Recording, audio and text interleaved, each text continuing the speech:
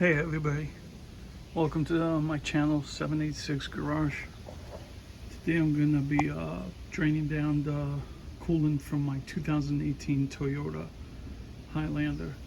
This specific model has the engine that's called 2GR-FKS. It's a pretty straightforward job, but let me just give you an idea as to what's going to take place. So we're going to be draining the coolant from the radiator from here, and then we're going to also drain right here the tank. The way this is done is right down here, all the way down here where my finger is, that white dot right there, that's the valve for the radiator. Basically you just turn that counterclockwise and allow the coolant to drain down. So without further ado, let's get started. Like I said, pretty straightforward, but also I'm going to show you how to bleed the system.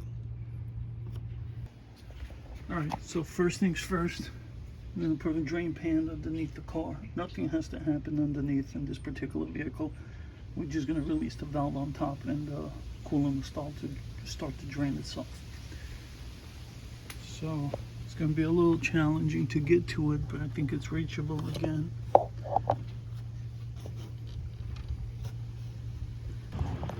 So I'm just going to sneak up down there and reach for the valve.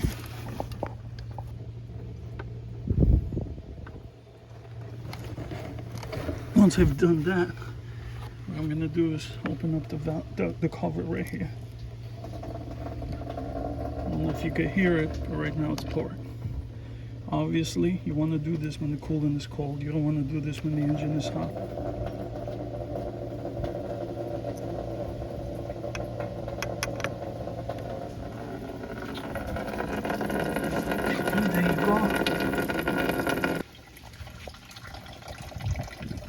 Alright, so while that's draining out, what I'm going to do right now is I'm going to use this pump here, and I'm going to siphon out the coolant that's inside the tank.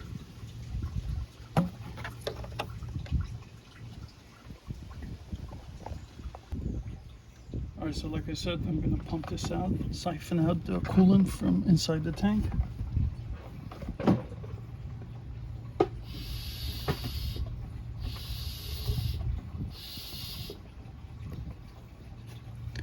We're just going to wait for this to run out. That's it. That's all there is to it. That was very quick. Wow. So once we're done down there with the coolant draining, we're going to start filling up both this, the tank, and the radiator itself. Alright, so before we start the process, I just want to point out that Toyota recommends that you do this every 60,000 miles. I'm being a little bit proactive here. My vehicle has around 55,000 miles, but it doesn't hurt to do it ahead. The other thing I want to point out is that we're not going to drain the block itself. The coolant from inside the block is not going to come out. We're just doing the radiator, and that's actually what Toyota recommends.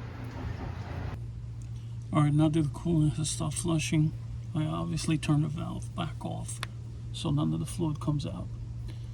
So now what I'm going to do is put this bucket in place to get the process of refilling started. Before I start to fill it up, what I highly recommend is you purchase one of these tubs that they sell anyway, Amazon, eBay, and this will greatly help with the process. Basically what you do is you fill it up from here. This goes on right here, and then I'll show you in a second how to tie it in, and you fill it up. This helps greatly, especially with the bleeding process, and I'll show you that in a second why it makes sense. So these are pretty cheap. I'll leave an affiliated link below on the description. I'm not sponsored by them. I purchased this with my own money, but it's a great tool to use for these type of tasks. It comes complete with all types of connectors. It's basically a matter of identifying the right connector for here for this particular vehicle. So I'll be right back and show you. Alright, so here I am. I've identified the right connector. This is the one that goes in right here. Fits perfectly. Now we're going to put the cap and lock it in place.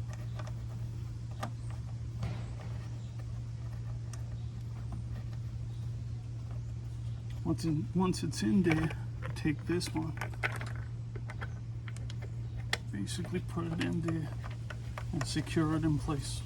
This also has a knob here, a valve basically, and allow us to control the fluid from going in and out and the amount that's going in. So basically when it's full and I feel like I don't need any more coolant to go in, I could just twist it here and just shut it off.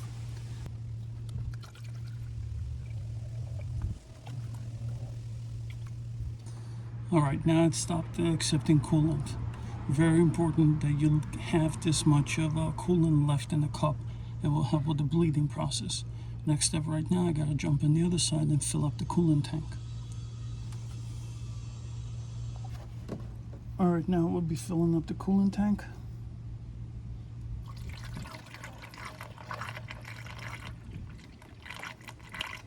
I'm gonna fill it up slightly over the full line. Alright, that's full. Put the cover back on. Alright, now we're going to jump to the most important process, which is the bleeding process.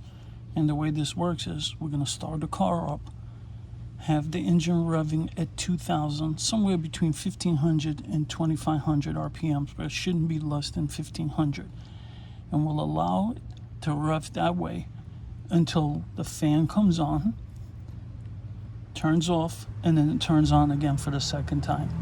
While that's taking place, we're going to see a lot of bubbles coming out of the radiator here, the cup. And once that process is done, we should be good to go. Alright, here we are. I've started the car up. I've set it up at 2,000 RPM. You got to make sure nothing is on. No AC, no heat, no nothing is required. Just 2,000 RPM until the fans kick in twice in the front. So let's go back to the front. Alright, so we're set at 2,000 RPM inside. We're going to wait till the fan turns on once and then again twice. Every so often we're going to see bubbles coming up from here. That's the process of bleeding. You can see some bubbles right here, right here.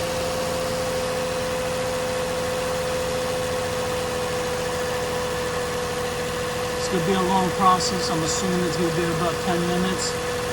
There's nothing you can do. You can just hang in there. I can see bubbles constantly coming up right here. That's part of the bleeding process.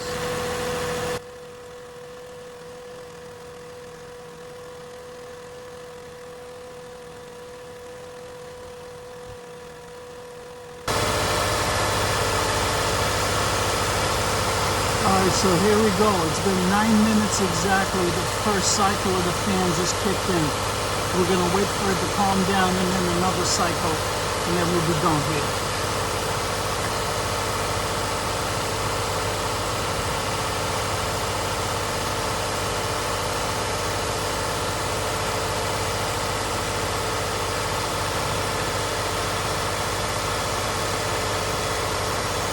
Alright, so the fan stopped running. One more time.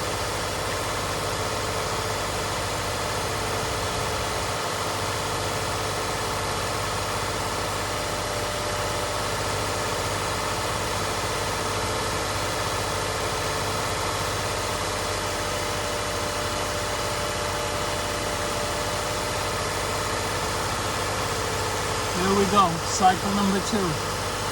Once this cycle stops, we're going to turn the car off.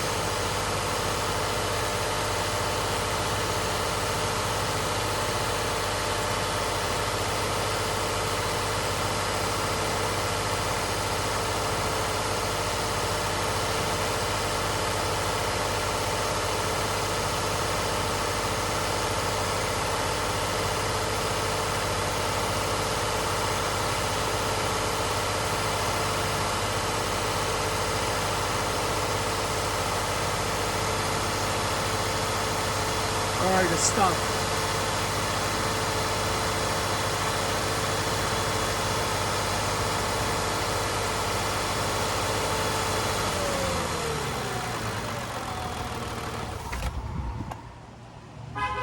Now you take the original cover, put it back on.